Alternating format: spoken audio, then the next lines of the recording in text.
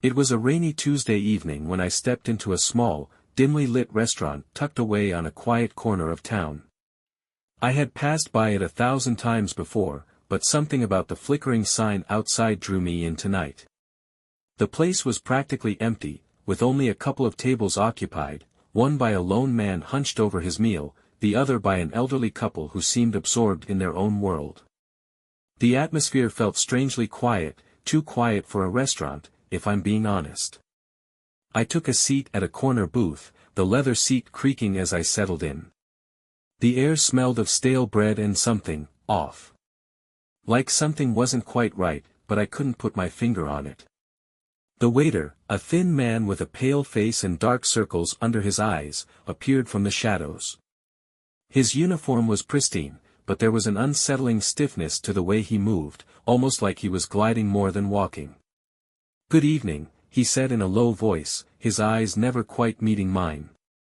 "What can I get you?" I ordered something simple, a pasta dish, but his response was strange. He nodded slowly, as though processing my request took far longer than it should have. As he turned to leave, I noticed the kitchen door, slightly ajar, and I could see shadows moving inside. The air felt colder suddenly, and I shivered despite the warmth of the room. The flickering light above me buzzed, and I swear I saw something, a face, maybe, in the reflection of the glass window next to me. I brushed it off as my imagination, but the sense of unease kept growing. The waiter returned shortly, placing the plate in front of me. The pasta was cold, the sauce thick and congealed, as if it had been sitting out for hours. I hesitated, but hunger won out, and I took a bite. It tasted wrong.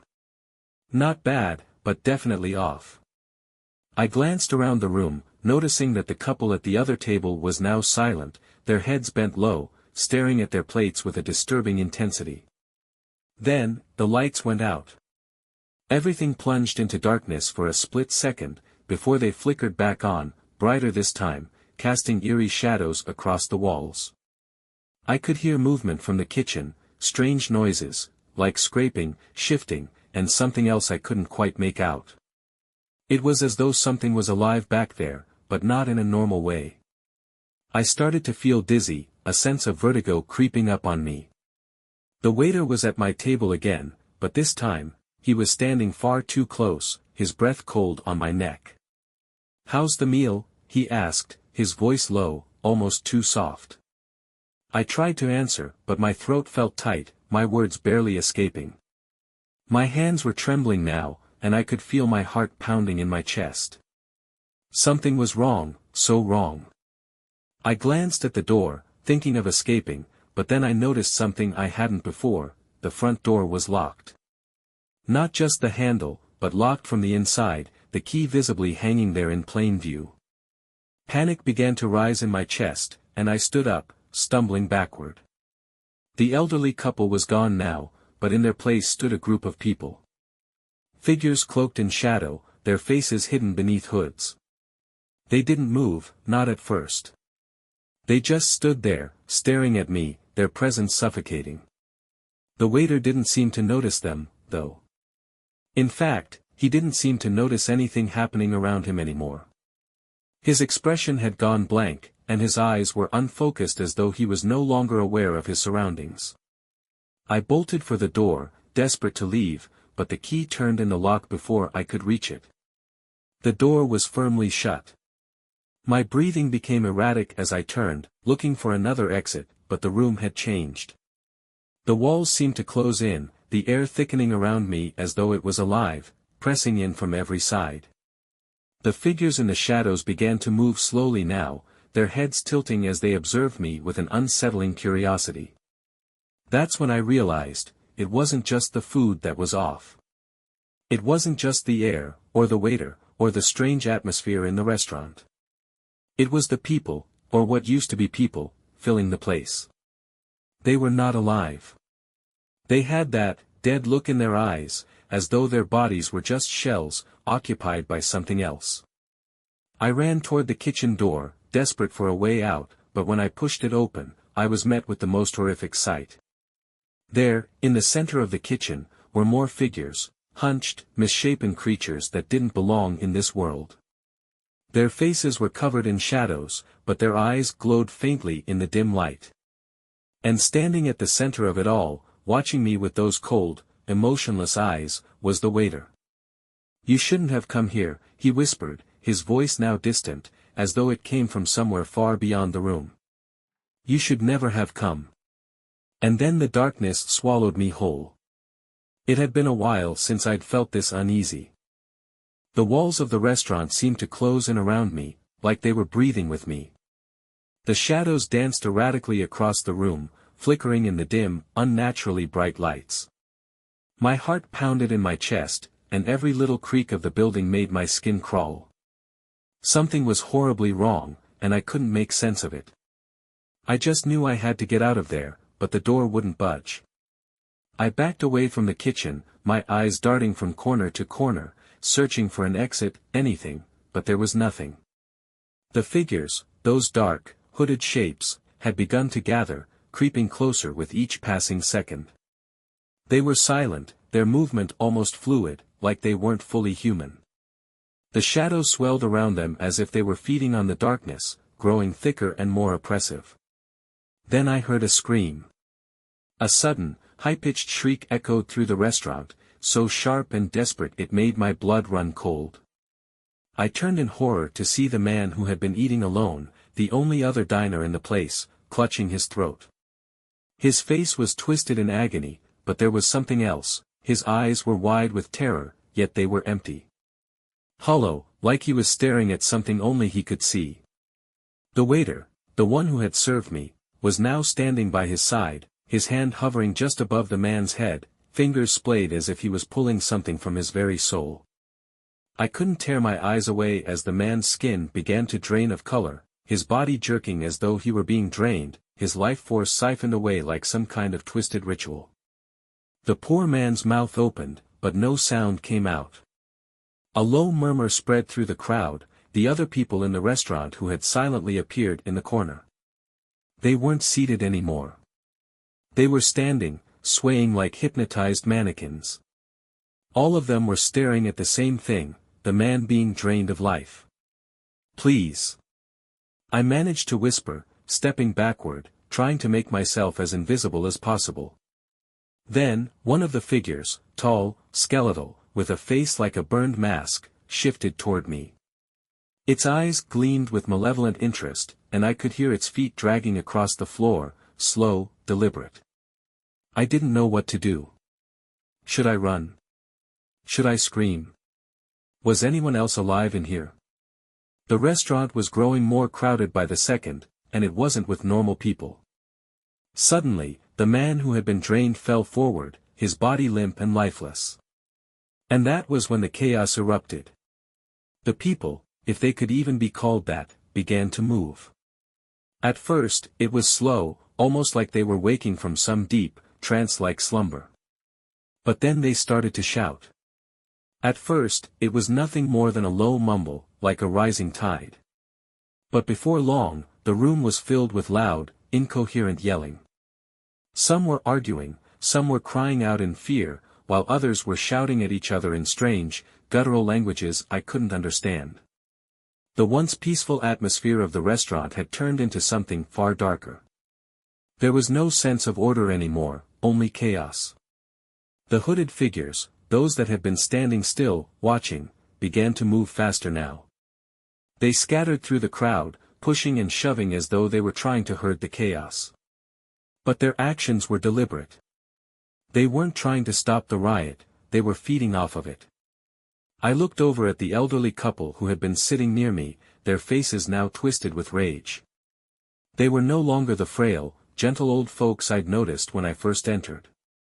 They had become something else entirely. Their eyes were wide, pupils dilated, and their mouths were contorted into snarls, gnashing at anyone within reach. The old woman lunged at a young man nearby, biting his arm so fiercely that blood poured from the wound. The young man screamed in shock and pain, pushing her off, but she didn't stop. She kept attacking, like some primal instinct had taken over her. The chaos was spreading, and I couldn't see a way out. People were fighting, scrambling, and clawing at each other like wild animals. There was no rhyme or reason to it, just raw, unchecked violence. One of the hooded figures approached the bartender, who had been too stunned to move. The figure reached out, placing a hand on his chest. The bartender froze, then began to shake violently, his body convulsing as if something was being torn out of him. Then it clicked, they were taking them. These shadowy figures, these people who weren't people anymore, they were draining the life out of the others, one by one. And soon, I realized, I was next. A chill ran down my spine, and my hands grew clammy. The shadows around me seemed to stretch longer, consuming the room, twisting it into something unrecognizable. The walls shimmered and warped like a mirage, and for a moment, I could see glimpses of another place, another world, one far darker than the one I was trapped in. There were figures in the distance, large and monstrous, clawing at the walls of some unseen prison. I turned to flee, but the door, my only hope of escape, was blocked. The shadows had engulfed it completely. The waiter appeared in front of me, his pale face a mask of calm. But his eyes were different. They were black now, like two deep pits staring back at me. He didn't speak, but his lips curled into something that might have been a smile. "You can't leave," he whispered, his voice too smooth, too calm. "You're part of the feast now." And then, everything shifted. The world seemed to spin, the room stretching and distorting as if it were being sucked into a void. The people around me, those that were still moving, began to change. Their forms blurred and morphed, twisting into grotesque shapes. Some grew extra limbs, while others began to bleed from every orifice. The pain in the air was palpable, thick with desperation and fear. The shadows grew louder, almost screaming. A deafening roar filled the room as the figures that had been lurking in the corners of the restaurant stepped forward, no longer cloaked in shadow. They were monstrous now, their forms revealed, twisted, long-limbed, with faces that weren't human, their features stretched and deformed in horrific ways. And that's when I realized the truth. I wasn't just in a restaurant. I wasn't just trapped. I was in a place where the living were food, where they came to feed, to feast. The pain. The terror. It was all part of the ritual.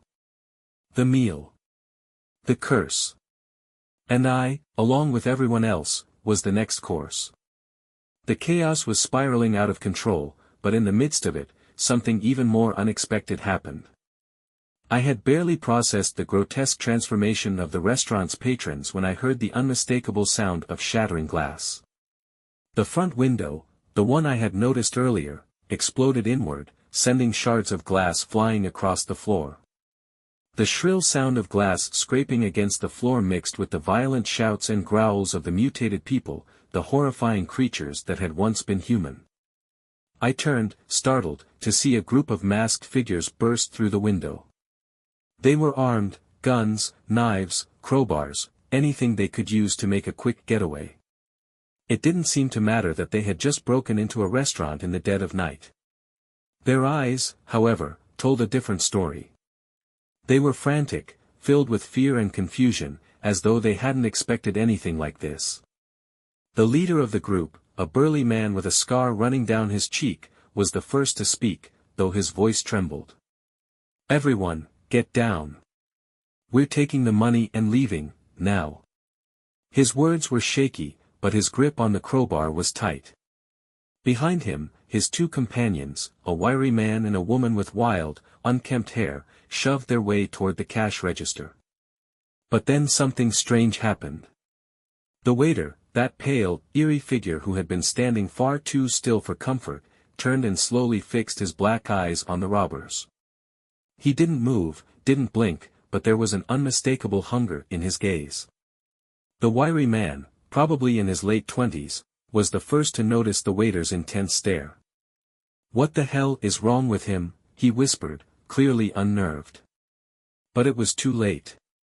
The waiter suddenly surged forward, moving inhumanly fast, his hand shooting out like a snake and gripping the robber's leader by the throat. The man let out a strangled gasp, his crowbar falling from his hand as his knees buckled under the sudden pressure. The other two robbers froze, unsure of what to do. "Let him go," the woman shouted, brandishing her knife. But she didn't move. Fear had rooted her to the spot. Her eyes darted around the room, taking in the scene, the people fighting, the ones draining the life from the others. And that's when the realization hit her. This wasn't just some robbery gone wrong. This was something else entirely. The leader of the robbers, now struggling to break free, let out a scream as the waiter, his grip unyielding, slammed his skull into the countertop. The sickening crack of bone against wood echoed through the restaurant. I saw the leader's eyes go wide, then glaze over as he slumped, unconscious, against the bar. His body fell limp, and the waiter, without a second glance, tossed him aside as though he were a doll. The woman and the wiry man had no time to react. The crowd around them had grown violent, and the once calm figures were now losing whatever semblance of humanity they had left. A woman nearby lunged at the wiry man, biting into his arm with a ferocity that left him screaming in pain. He staggered backward, swatting at her, but she wouldn't let go. Her eyes were wide with hunger, her face contorted into something that resembled madness. I tried to back away, but the scene was too chaotic. The room was a whirlwind of shouts and crashes, screams, and sounds of bone breaking. The other patrons, no longer recognizable as human, were in full riot. It wasn't just the robbers being torn apart, it was everyone. The ones who had been sitting at the tables were no longer the same.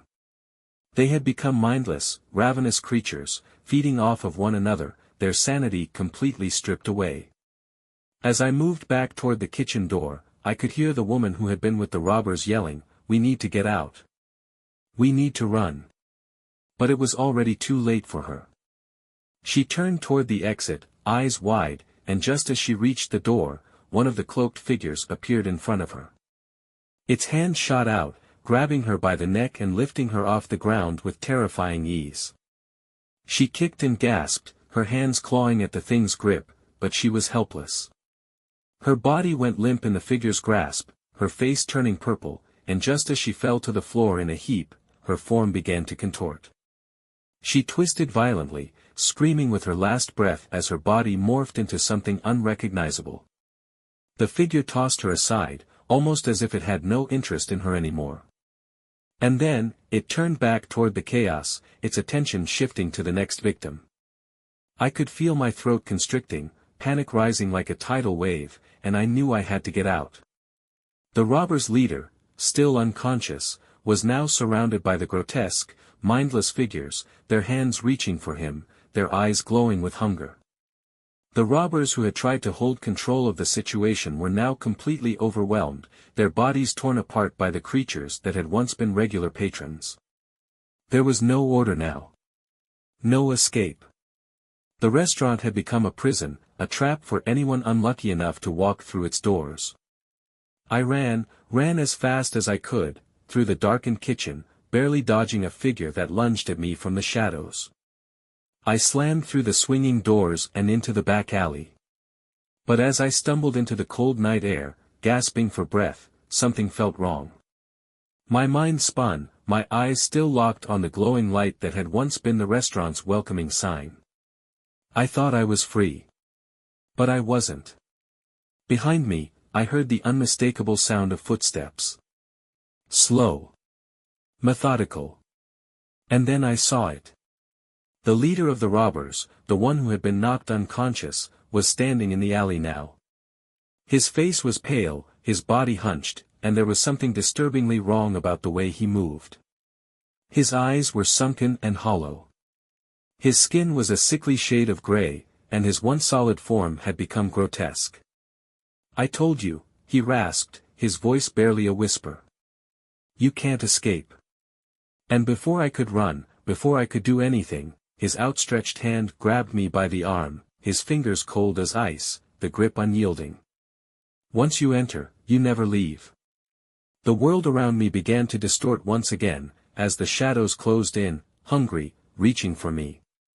His grip tightened around my arm, and I could feel the cold seep into my skin, spreading through my veins, numbing me with each passing second. I tried to scream, but no sound escaped my mouth. It was as if the air itself had turned heavy, pressing down on me, choking the life out of me. My heart raced, but it was as if time had stopped altogether, leaving me in that suspended moment of pure terror. The leader of the robbers, now a grotesque, shadowy figure, stared at me with those hollow eyes, and I saw in them something that chilled me to my core. There was no humanity left in him. He was no longer the man who had come in here to rob the place. He had become one of them, a creature twisted by whatever dark force had taken over the restaurant. And the worst part? It was too late for him. He was already gone.